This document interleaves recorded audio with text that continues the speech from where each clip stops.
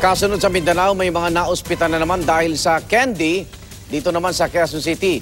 Sabi po ng nagbenta sa mga estudyanteng biktima, pantusos daw niya sa pag-aaral ang kita. Saksi si Victoria Tulad. Matinding pananakit ng tiyan, pagkahilo at pagsusuka. Ilan lang yan sa daing ng 9 na estudyante na edad 12 hanggang 16 mula sa Juan Sumulong High School matapos umanong kumain ng makapuno candy. Ibinenta raw ito ng lalaking nakapasok sa kanilang paaralan at nagsabing nagtitinda siya ng candy para may maipantustos sa pag-aaral. Bumili na lang po kami kasi po naaawa po kami sa lalaki. Nanginginig po yung katawan ko tapos ang sakit po ng ulo ko tsaka tiyan ko po. Binili ko po yun kasi po dati. Paborito ko po yun. Marami po kami bumili pero kami lang yung sumakit yung tiyan. Tanong ng mga kaanak ng mga biktima, paano nakapasok ang lalaki?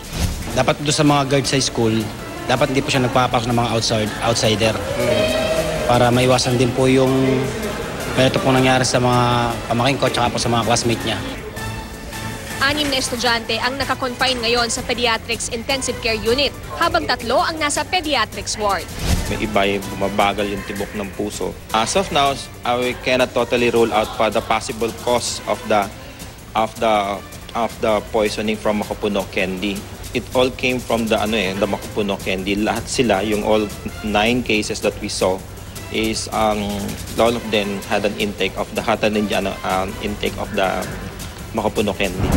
Kabilang sa mga medical exam na ginawa sa mga estudyante ay blood test at urine test. Binigyan din sila ng oral fluid matapos makaranas ng dehydration. Samantala ay yung mga nasa ICU ay nakakabit sa mga cardiac monitor para matiyak na maayos ang tibok ng kanilang mga puso. Ayon sa mga doktor, hindi pa nila tiyak kung kailan makalalabas o makauuwi ang mga bata. Nagpadala na ng sample ng makapuno candy ang QMMC sa Food and Drug Administration at National Poison Control Center para masuri. Nakarating na sa may-ari ng Cake and Mark Sweets sa Laguna ang may gawa ng makapuno candy ang sinapit ng mga estudyante. Hindi raw sila agad naniniwala na kanila nga galing ang produkto dahil noon pa man daw ay may naninira na sa kanila. Ang pamunuan naman ng eskwelahan wala pang pahayag hinggil sa insidente. Ako si Victoria Tulad, ang inyong saksi.